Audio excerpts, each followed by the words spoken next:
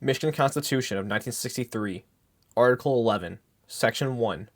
All officers, legislative, executive, and judicial, before entering upon the duties of their respective offices, shall take and subscribe the following oath or affirmation. I do solemnly swear or affirm that I will support the Constitution of the United States and the Constitution of this state, and that I will faithfully discharge the duties of the office of blank according to the best of my ability. No other oath, affirmation, or any religious tests shall be required as a qualification for any office or public trust. Section 2.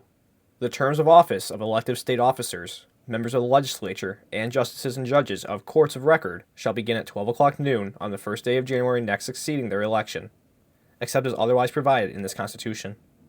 The terms of office of county officers shall begin on the first day of January next succeeding their election, except as otherwise provided by law. Section 3. Neither the legislature nor any political subdivision of this state shall grant or authorize extra compensation to any public officer, agent, or contractor after the service has been rendered, or the contract entered into. Section 4. No person having custody or control of public moneys shall be a member of the legislature, or be eligible to any office of trust or profit under this state, until he shall have made an accounting, as provided by law, of all sums for which he may be liable. Section 5. The classified state civil service shall consist of all positions in the state service, except those filled by popular election, heads of principal departments, members of boards and commissions, the principal executive officer of boards and commissions heading principal departments, employees of courts of record, employees of the legislature, employees of the state institutions of higher education, all persons in the armed forces of the state, 8 exempt positions in the office of the governor, and within each principal department, when requested by the department head, 2 other exempt positions, one of which shall be policymaking. The Civil Service Commission may exempt 3 additional positions of a policy-making nature within each principal department. The Civil Service Commission shall be non-salaried and shall consist of 4 persons, not more than 2 of whom shall be members of the same political party, appointed by the governor for terms of 8 years, no 2 of which shall expire in the same year. The administration of the Commission's powers shall be vested in a state personnel director, who shall be a member of the classified service and who shall be responsible to and selected by the Commission after open competitive examination. The Commission shall classify all positions in the classified service according to their respective duties and responsibilities, fix rates of compensation for all classes of positions, approve or disapprove disbursements for all personal services, determine by competitive examination and performance exclusively on the basis of merit, efficiency and fitness the qualifications of all candidates for positions in the classified service, make rules and regulations covering all personnel transactions, and regulate all conditions of employment in the classified service.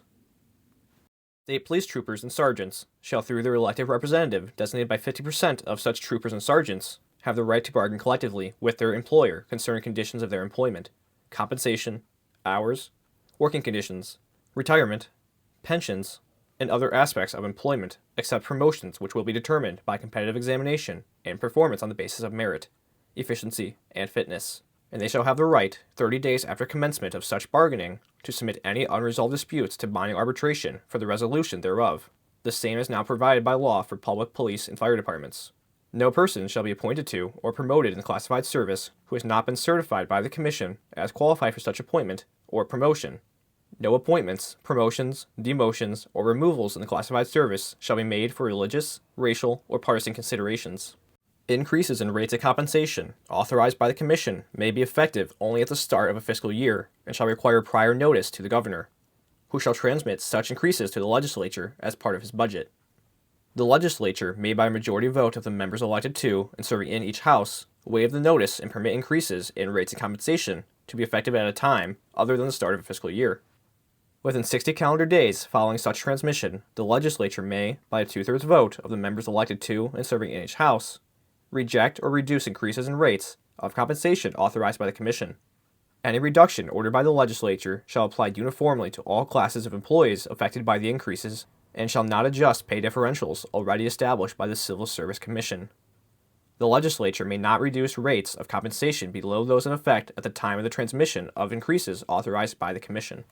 The appointing authorities may create or abolish positions for reasons of administrative efficiency without the approval of the Commission. Positions shall not be created nor abolished except for reasons of administrative efficiency. Any employee considering himself aggrieved by the abolition or creation of a position shall have a right of appeal to the Commission through established grievance procedures.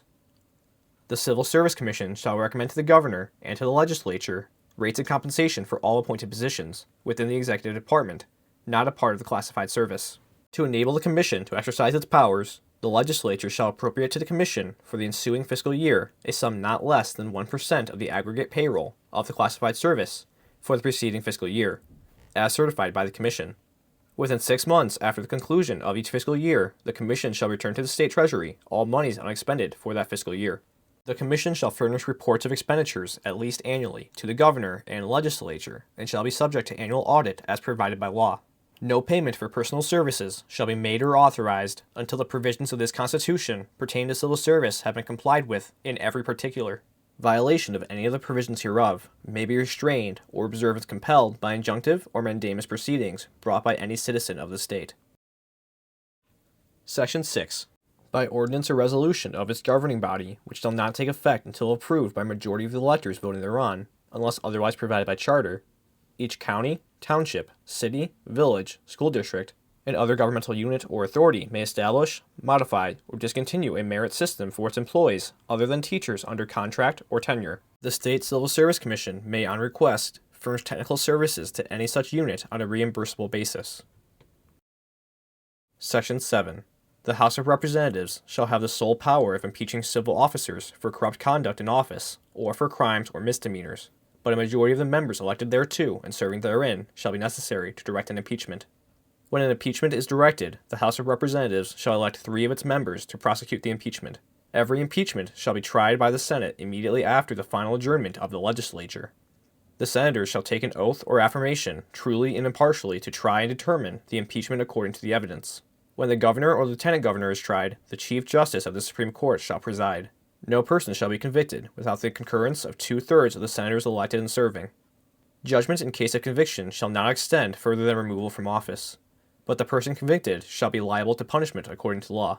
No judicial officer shall exercise any of the functions of his office after an impeachment is directed until he is acquitted. Section 8. A person is ineligible for election or appointment to any state or local elective office of this state, and ineligible to hold a position in public employment in this state that is policy-making or that has discretionary authority over public assets if, within the immediately preceding 20 years, the person was convicted of a felony involving dishonesty, deceit, fraud, or a breach of the public trust, and the conviction was related to the person's official capacity while the person was holding any elective office or position of employment in local, state, or federal government. This requirement is in addition to any other qualification required under this Constitution or by law. The legislature shall prescribe by law for the implementation of this section.